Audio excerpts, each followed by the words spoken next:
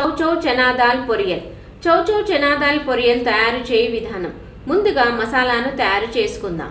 Mixie జార్లో పచ్చి కొబ్బరి ముక్కలు, పచ్చిమిరపకాయలు, అల్లం వేసి పేస్ట్గా చేసుకోవాలి.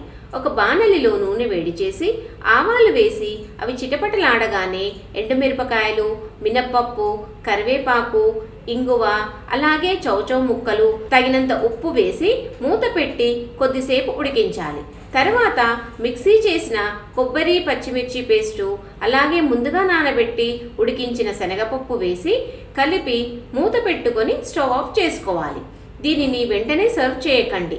ఒక 5 నిమిషాల పాటు పక్కన పెట్టి తర్వాత చపాతీలతో కానీ అన్నంతో కానీ సర్వ్ చేసుకోండి.